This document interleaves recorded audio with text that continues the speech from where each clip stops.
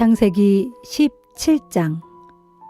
아브람이 99세가 되었을 때 주께서 아브람에게 나타나 말씀하셨다. 나는 전능한 하나님이다. 너는 내 앞에서 흠없이 살아가도록 하라. 내가 너와 언약을 맺으리니 너를 크게 번성하게 하겠다. 아브람은 얼굴을 땅에 대고 엎드렸고 하나님께서 그에게 또 말씀하셨다. 내가 너와 언약을 맺는다. 너는 여러 민족의 조상이 될 것이다. 이제부터는 네 이름을 아브람이라고 부르지 말고 아브라함이라고 하여라. 내가 너를 여러 민족들의 조상으로 세웠다는 뜻이다. 나는 너를 크게 번성하게 하겠다. 네 후손 가운데 여러 나라가 나오고 왕들도 많이 나올 것이다. 내가 너와 맺은 이 언약은 너뿐만 아니라 앞으로 오고 또 올 세대인 네 후손들과의 언약이기도 하다. 나는 너의 하나님일 뿐 아니라 내 뒤에 오는 네 후손들의 하나님이기도 하다. 내가 지금 나그네로서 살고 있는 가나안 온 땅을 너와 네 후손들에게 줄 것이니 그 땅은 너희의 영원한 소유가 될 것이다. 나는 너와 네 후손들의 하나님이 되어주겠다. 하나님께서 또 아브라함에게 말씀하셨다. 너는 나와 맺은 언약을 지켜야 한다. 너뿐만 아니라 네 후손들도 이 언약을 굳게 지키도록 일러라. 너희 가운데 남자는 모두 할례를 받게 하라. 남자는 대대로 반드시 할례를 받아야 한다. 이것이 내가 너와 네 후손들과 세운 나의 언약이다. 너희는 포피를 베어 할례를 받아야 한다. 이것이 나와 너희 사이에 맺은 언약의 징표다. 누구든 남자아이는 태어난 지 8해 만에 반드시 할례를 받아야 한다. 집에서 태어난 종뿐만 아니라 이방 사람들에게 돈 주고 사온 종도 마찬가지로 할례를 받아야 한다. 너희 집에서 태어난 종과 너희가 돈 주고 사들인 종도 모두 할례를 받아야 한다. 그래야만 나의 언약이 너희의 몸에 영원한 언약으로 남아있게 될 것이다. 포피를 배제하는 남자, 곧 할례를 받지 않은 남자는 내 백성이 되지 못할 것이니 이는 그가 나와 맺은 언약을 어긴 까닭이다. 하나님께서 또 아브라함에게 말씀하셨다. 너는 이제 네 아내를 사레라고 부르지 말고 사라라고 불러라. 내가 사라에게 복을 내려 네 아이를 낳게 하겠다. 내가 사라에게 복 주리니 그녀는 여러 나라의 어머니가 될 것이다. 또 사라가 낳은 후손들 가운데서 많은 왕들이 나올 것이다. 아브라함이 얼굴을 땅에 대고 엎드려 웃으면서 혼자 중얼거렸다. 100살이나 먹은 늙은이가 어떻게 아이를 본단 말인가? 90살이나 먹은 사라가 어떻게 아이를 낳을 수 있단 말인가? 그래서 아브라함이 하나님께 아뢰었다. 이스마엘이나 하나님의 복을 받으면서 오래 살았으면 좋겠습니다. 하나님께서 아브라함에게 말씀하셨다. 아니다. 내 아내 사라가 반드시 내게 아들을 낳아줄 것이다. 그 아들이 태어나거든 이름을 이삭이라고 지어라. 나는 그와 언약을 세울 것이다. 이 언약은 이삭뿐만 아니라 이삭의 후손들에게도 영원토록 이어질 것이다. 내가 이스마엘을 얼마나 아끼는지 잘 알았다. 내가 이스마엘에게도 복을 내려 그로 많은 자식을 낳게 하고 그의 후손들이 크게 불어나게 할 것이다. 이스마엘에게서 12부족의 지도자가 나올 것이다. 나는 이스마엘이 큰 나라를 이루도록 해주겠다. 내년 이맘때 사라가 내게 이삭을 낳아주게 되면 내가 이삭과 언약을 맺을 것이다. 하나님께서는 아브라함에게 말씀을 다 하시고 그를 떠나 올라가셨다. 바로 그날에 아브라함은 하나님께서 이르신 대로 다 행했다. 아브라함은 아들 이스마엘뿐만 아니라 집에서 태어난 종과 돈을 주고 사온 종에 이르기까지 온 집안 남자들의 포피를 베어 할례를 받게 했다. 아브라함이 할례를 받은 때는 99세였다. 아브라함의 아들 이스마엘이 할례를 받은 때는 13세였다. 아브라함과 그의 아들 이스마엘은 이렇게 같은 날에 함께 할례를 받았다. 집에서 태어난 종과 이방 사람에게서 돈을 주고 사온 종을 포함하여 아브라함 집안의 모든 남자들이 아브라함과 함께 할례를 받았다.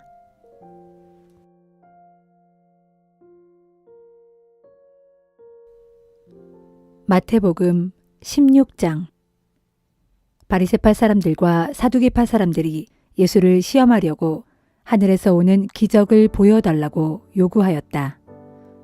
예수께서 대답하셨다. 당신들은 저녁에 하늘이 붉은 것을 보면 내일 아침에는 날씨가 좋겠다고 하고 아침에 하늘이 붉고 흐린 것을 보면 그날은 종일토록 날씨가 굳을 것이라고 예측하오. 이렇게 하늘을 보고 날씨는 분별하면서도 어째서 시대의 징조는 분별할 줄 모르는 것이요. 악하고 믿음이 없는 이 세대가 기적을 요구하지만 나는 요나에게서 일어났던 기적 외에는 보여줄 것이 없소. 이 말을 하신 후 예수께서 그들을 남겨둔 채 떠나가셨다. 제자들은 갈릴리 호수 건너편으로 건너간 후에야 빵을 가져오는 것을 잊었다는 걸 알았다. 그때 예수께서 말씀하시길 정신을 차리고 바리새파 사람들과 사두개파 사람들의 누룩을 조심하라 하셨다. 제자들은 자기들이 빵을 가져오는 것을 잊어버렸기 때문에 예수께서 그런 말씀을 하시는 것이라고 생각하였다.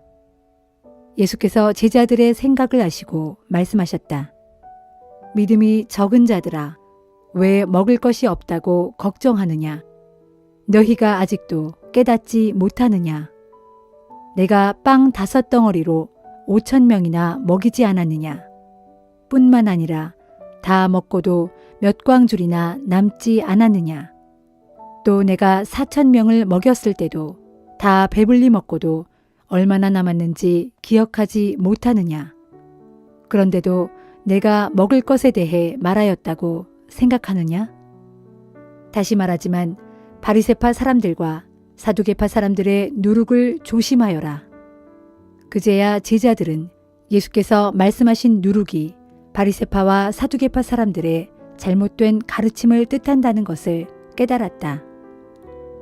가이사랴 빌립보 지방에 이르렀을 때 예수께서 제자들에게 물으셨다. 사람들이 인자를 누구라고 하더냐? 제자들이 대답하였다.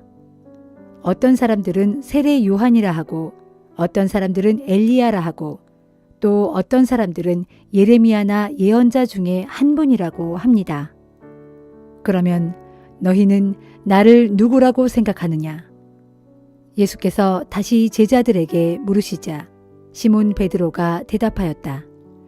주님은 그리스도이시며 살아계신 하나님의 아들이십니다. 예수께서 말씀하셨다. 요나의 아들 시몬아, 네가 참으로 복되구나. 네가 그렇게 말한 것은 사람의 생각에서 비롯된 것이 아니라 하늘에 계신 내 아버지께서 너에게 알려주신 것이다. 내가 네게 말한다. 너는 베드로다. 내가 이 반석 위에 내 교회를 세우리니 어떤 죽음의 세력도 그것을 이기지 못할 것이다. 내가 하늘나라의 열쇠를 너에게 주겠다. 무엇이든 네가 땅에서 매면 하늘에서도 매일 것이고 네가 땅에서 풀면 하늘에서도 풀릴 것이다. 그러고 나서 예수께서는 자신이 그리스도라는 것을 다른 사람에게 알리지 말라고 제자들에게 당부하셨다. 그때부터 예수께서는 자신이 예루살렘에 올라가실 일과 거기서 자신에게 일어날 일들에 관해 제자들에게 말씀하시기 시작했다. 예수께서는 자신이 유대인 지도자들인 장로들과 대제사장들과 율법 교사들에게 많은 고난을 받은 후 그들의 손에 죽었다가 사흘 만에 다시 살아날 것임을 제자들에게 알려주셨다. 이에 베드로가 예수를 붙잡고 간절히 말렸다. 주님, 절대 그럴 리가 없습니다. 주님께 그런 일이 일어나서는 결코 안 됩니다. 그러자 예수께서 베드로를 돌아보시며 말씀하셨다. 사탄아, 내 뒤로 썩 물러가라. 너는 하나님의 일은 생각하지 않고 단지 사람의 일만 생각하는구나. 그런 다음 예수께서 제자들에게 말씀하셨다. 누구든지 나를 따르려거든 자기를 버리고 자기 십자가를 져야 한다. 누구든지 자기 목숨을 보존하려는 사람은 그 목숨을 잃을 것이요. 나를 위해 자기 목숨을 버리는 사람은 그 목숨을 얻을 것이다. 온 세상을 다 얻는다고 해도 자기 목숨을 잃어버리면 무슨 소용이 있겠느냐? 목숨의 가치를 무엇과 비교할 수 있겠느냐? 장차 인자가 아버지의 영광에 둘러싸여 자기 천사들을 거느리고 올 터인데 그때 인자는 각 사람이 행한 대로 갚아줄 것이다. 내가 진정으로 너희에게 말한다. 여기 서 있는 사람들 중에는 죽기 전에 인자가 자기 나라의 왕으로 오는 것을 볼 사람도 있을 것이다.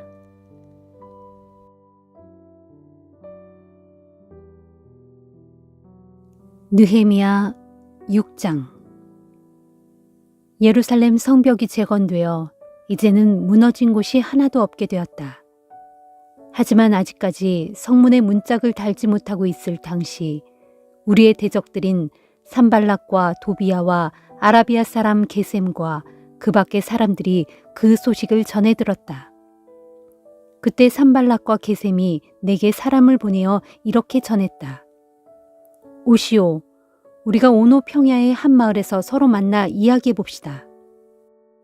하지만 그들의 이런 초청은 나를 외딴 곳으로 유인하여 몰래 해치려는 수작이었다.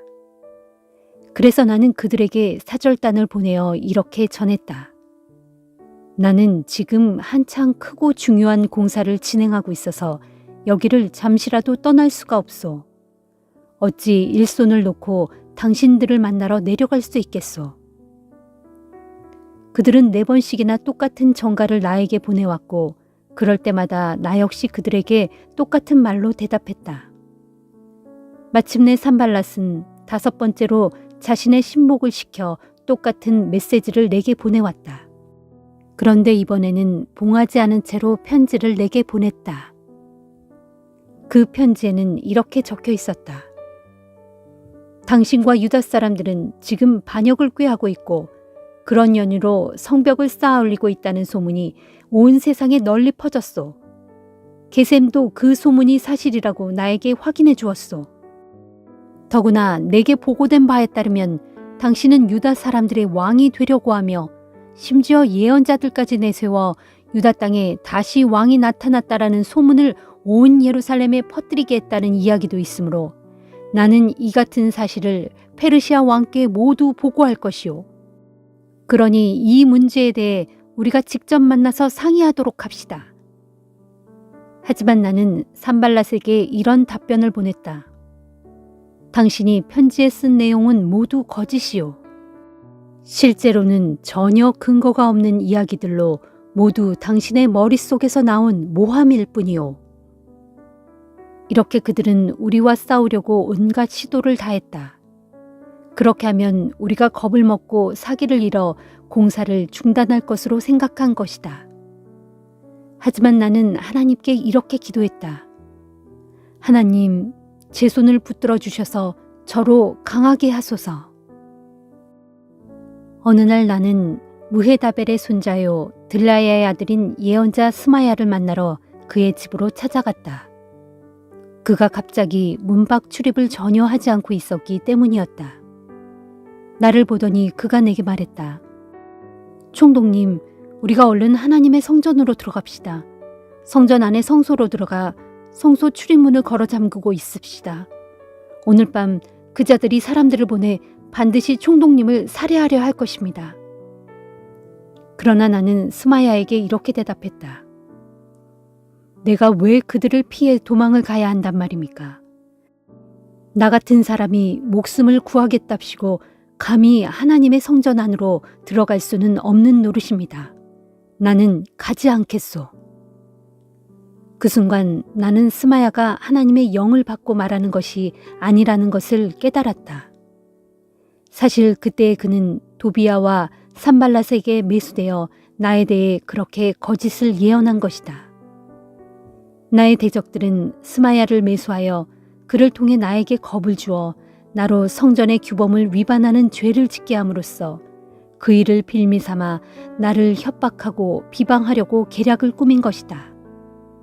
그래서 나는 이렇게 기도했다. 나의 하나님, 도비아와 산발랏이 제게 한 악한 소행들을 기억하소서. 또한 여자 예언자 노아랴와 그 밖에 다른 예언자들이 나를 협박했던 사실도 기억하소서. 마침내 예루살렘 성벽의 재건 공사가 마무리되었다. 때는 공사를 시작한 지 52일 만인 엘룰 월 25일이었다. 이 소식을 듣고 우리의 대적들과 사방의 여러 족속들이 크게 놀라고 두려워했다. 그들은 이 공사가 하나님의 기적적인 도움으로 이루어진 것임을 깨닫고는 모두 기가 꺾이고 절망감에 휩싸였다. 그 무렵 유다의 유지들은 도비아에게 자주 편지를 보냈고 도비아도 그들에게 자주 답장을 하곤 하였다. 도비아는 아라의 아들인 스가냐의 사위인데다가 도비아의 아들인 여호하난도 베레갸의 아들인 무슬람의 사위였으므로 유다의 유지들 가운데는 도비아와 동맹을 맺고 사귀는 자들이 많았다. 그래서 그들은 내 앞에서 서슴없이 도비아의 선한 행실과 공로를 계속 칭찬했고 내가 한 말도 곧장 도비아에게 일러바치곤 했다. 사정이 이러했기에 도비아는 계속해서 나에게 편지를 보내 수시로 나를 협박하였다.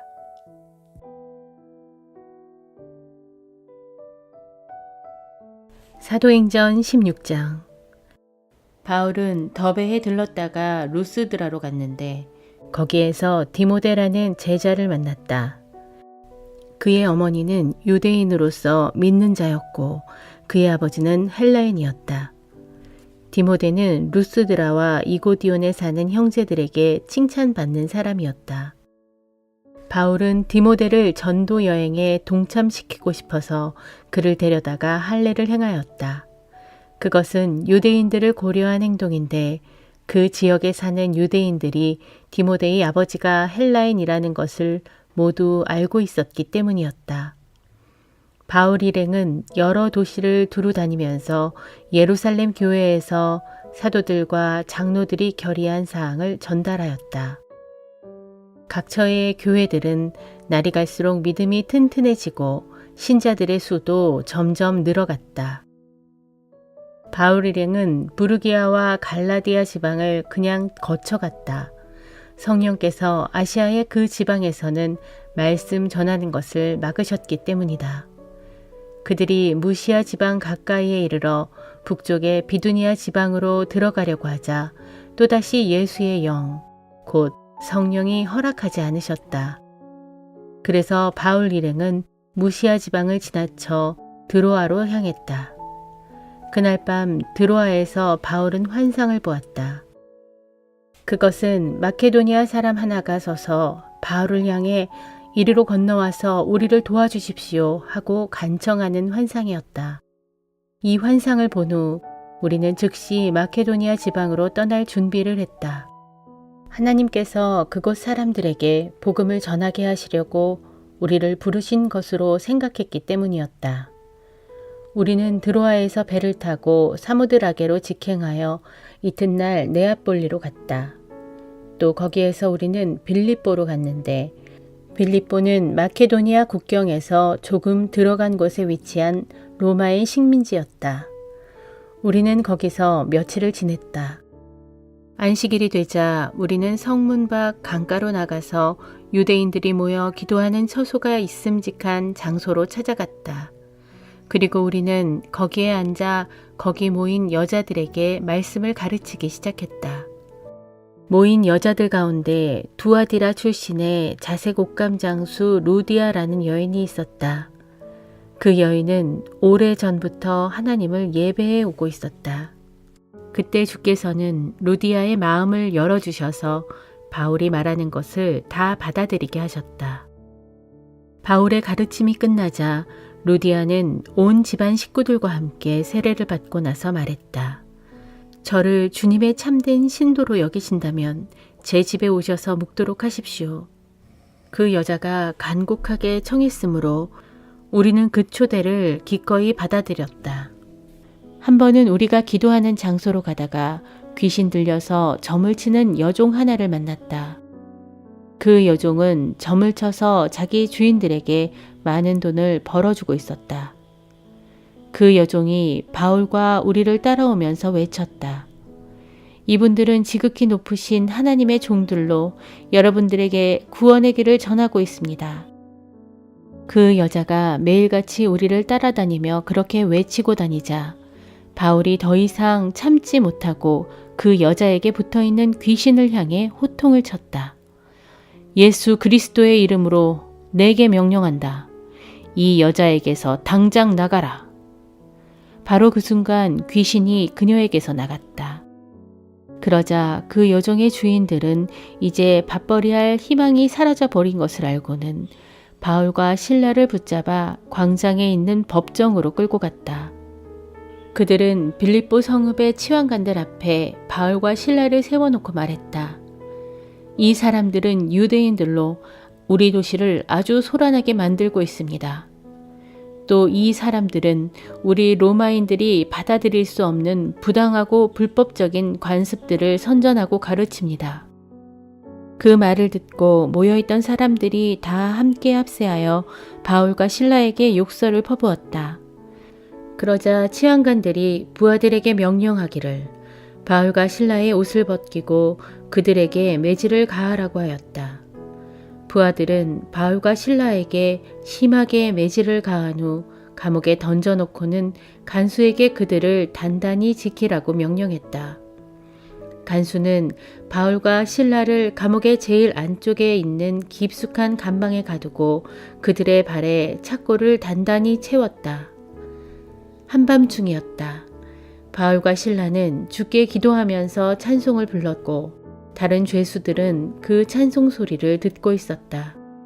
그런데 바로 그 순간 갑자기 큰 지진이 일어나듯 감옥이 밑바닥부터 심하게 흔들리더니 감옥 문이 모두 열렸다.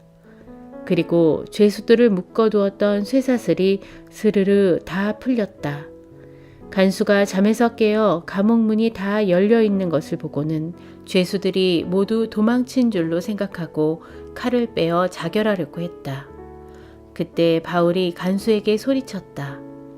잠깐, 당신의 몸을 해치지 마시오. 우리는 모두 여기에 그대로 있소. 간수는 등불을 가져오게 하여 지하 감방으로 달려 내려온 후 온몸을 떨면서 바울과 실라 앞에 엎드렸다. 그런 뒤 간수는 두 사람을 밖으로 데리고 나오더니 이렇게 물었다. 선생님들, 어떻게 하면 저도 구원을 얻을 수 있겠습니까? 두 사람이 대답했다. 주 예수를 믿으세요. 그러면 당신과 당신의 온 가족이 구원을 얻을 것입니다. 이렇게 해서 두 사람은 간수와 그 사람의 온 집안 식구들에게 주님의 복음을 전했다. 밤이 깊은 그 시각, 간수는 두 사람의 상처를 잘 씻어준 후 즉시 온 식구와 더불어 세례를 받았다.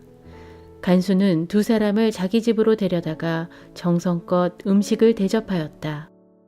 그는 자신과 온 가족이 하나님을 믿게 된 것을 무척 기뻐했다. 날이 밝자 치환관들은 경비병을 보내어 두 사람을 석방하라고 통고했다. 간수가 바울에게 말했다. 치환관들이 당신과 실라를 풀어주라고 명령했습니다. 이제 가셔도 됩니다. 평안히 가십시오. 그러나 바울이 말했다. 그들은 로마 시민인 우리를 재판도 하지 않은 채 군중 앞에서 채찍으로 때리고 감옥에까지 쳐넣었습니다. 그런데 이제 와서 슬그머니 우리를 내보내려 하다니요. 그렇게는 안 됩니다. 그들이 직접 와서 우리를 호위에 가라고 하시오. 경비병들은 이 말을 치환관들에게 보고했다. 그러자 치환관들은 바울과 실라가 로마 시민이라는 말에 그만 가슴이 덜컥 내려앉았다. 그들은 곧장 감옥으로 달려가 두 사람을 위로하고 달랬다. 그런 뒤 감옥 밖으로 두 사람을 호송해 나가더니 두 사람에게 이 도시를 떠나달라고 요청했다. 빌립보 감옥에서 나온 후 바울과 실라는 루디아의 집으로 가서 신도들을 만나 그들을 위로하고 격려했다. 그런 뒤 우리는 빌립보를 떠났다.